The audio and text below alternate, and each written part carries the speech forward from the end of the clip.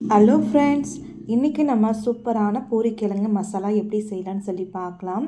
ஒரு கடாய் எடுத்து வச்சு கடாய் நல்லா காஞ்சதுமே ஒரு 8 டேபிள் ஸ்பூனுக்கு எண்ணெய் நீங்கள் சேர்த்துக்கணும். கொஞ்சம் போல் கடுகு, கொஞ்சம் போல் கடலைப்பருப்பு நம்ம சேர்த்துக்கலாங்க.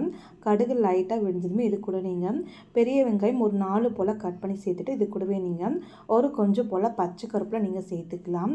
ஒரு கரண்டி வச்சு வெங்காயத்தை நல்லா பொன்னிறமாக வதக்கிக்கோங்க. வெங்காயம் நல்லா பொன்னிறமாக வதக்கிட்ட பின்னாடி இது கூடவே நீங்கள் ஒரு டேபிள் ஸ்பூன் அளவுக்கு இஞ்சி பூண்டு பேஸ்ட் நீங்கள் சேர்த்துட்டு நல்லா வதக்கி விட்டுக்கோங்க. இஞ்சி பூண்டு பேஸ்ட் நல்லா வதக்கி விட்ட பின்னாடி ஒரே ஒரு தக்காளியை கட் பண்ணி நீங்கள் சேர்த்துட்டு ஒரு கரண்டி வச்சு லைட்டாக வதக்கி விட்டுருங்க.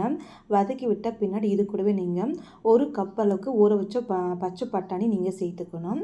அது கூடவே நம்ம தேவையானக்கு கல்லுப்போம், ஒரு கொஞ்சம் போல் மஞ்சள் தூள், அதுக்கப்புறம் காரத்துக்கு ஏற்ற மாதிரி பச்சை மிளகாய், அப்போல்லாம் நீங்கள் தனி மிளகாய் தூள் நீங்கள் சேர்த்துக்கோங்க. நான் இன்றைக்கி தனி மிளகாய் தூள் ஒரு டேபிள் ஸ்பூன் அளவுக்கு சேர்த்துக்கிட்டேன். அதுக்கப்புறம் 2 டம்ளருக்கு நம்ம தண்ணி சேர்த்துக்கலாம், ஏன்னா பட்டாணி வேகிறதுக்காக. ஒரு 10 நிமிஷம் போல் நீங்கள் பட்டாணி நல்லா கொதிக்க வச்சுக்கோங்க. இதுக்குள்ளே நம்ம ஒரு தேங்காய் விழுது ரெடி பண்ணிக்கலாங்க. ஒரு மிக்ஸி ஜாருக்குள்ளே ஒரு சின்ன முடி தேங்காய் சின்ன சின்ன பீஸை கட் பண்ணி சேர்த்துட்டு ஒரு 5-6 முந்திரி போல் சேர்த்து நல்லா நைஸாக அரைச்சிக்கலாங்க. இதை நீங்கள் அப்படியே வச்சுக்கோங்க. இப்போ பாருங்கள், பட்டாணி நல்லா வெந்து வந்திருக்கு. நல்லா ஒரு டைம் கலக்கிட்டு செக் பண்ணிக்கோங்க வெந்திருக்கான்னு சொல்லிட்டு. இந்த டைமில் பார்த்தீங்கன்னா முன்னாடி 1/4 கிலோ அளவுக்கு உருளைக்கிழங்கு வேக வச்சுட்டு 1க்கு பாதியமாக உடச்சிட்ருக்கேன். இப்போ நம்ம உருளைக்கிழங்கு சேர்த்துக்கலாங்க. அதுக்கப்புறம் நம்ம அரைச்சி வச்ச தேங்காய் விழுது இருக்கு இல்லையா, அதுவுமே நீங்கள் சேர்த்துட்டு இது கூடவே நம்ம தேவையானக்கு தண்ணி ஊற்றிக்கலாம். நான் இன்றைக்கி மொத்தமாக பார்த்தீங்கன்னா ஒரு 3 டம்ளருக்கு மட்டும் தண்ணி நான் சேர்த்துக்கிட்டேன். அதுக்கப்புறம் ஒரு கரண்டி வச்சு நல்லா கலக்கி விட்டுட்டு ஒரு 5 நிமிஷம் போல் மட்டும் கொதிக்க வச்சுக்கோங்க. பாருங்கள், 5 நிமிஷம் போல் ஆகிடுச்சு. நல்லா கொதி வந்துட்டுருக்கு. இந்த டைமில் ஒரு டைம் நல்லா கரண்டி வச்சு நீங்கள் கலக்கி விட்டுருங்க.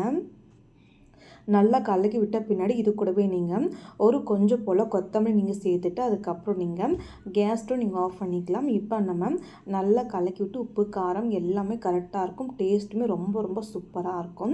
இதுக்கு சைட் டிஷ்ஷாக பார்த்து நான் இன்றைக்கி பூரி தாங்க செஞ்சுருக்கேன். ரொம்ப ரொம்ப சூப்பராக இருக்கும்.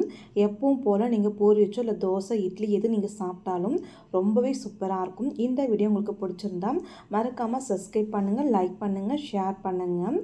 வாங்க ஃப்ரெண்ட்ஸ், எல்லாமே சாப்பிட்லாம்.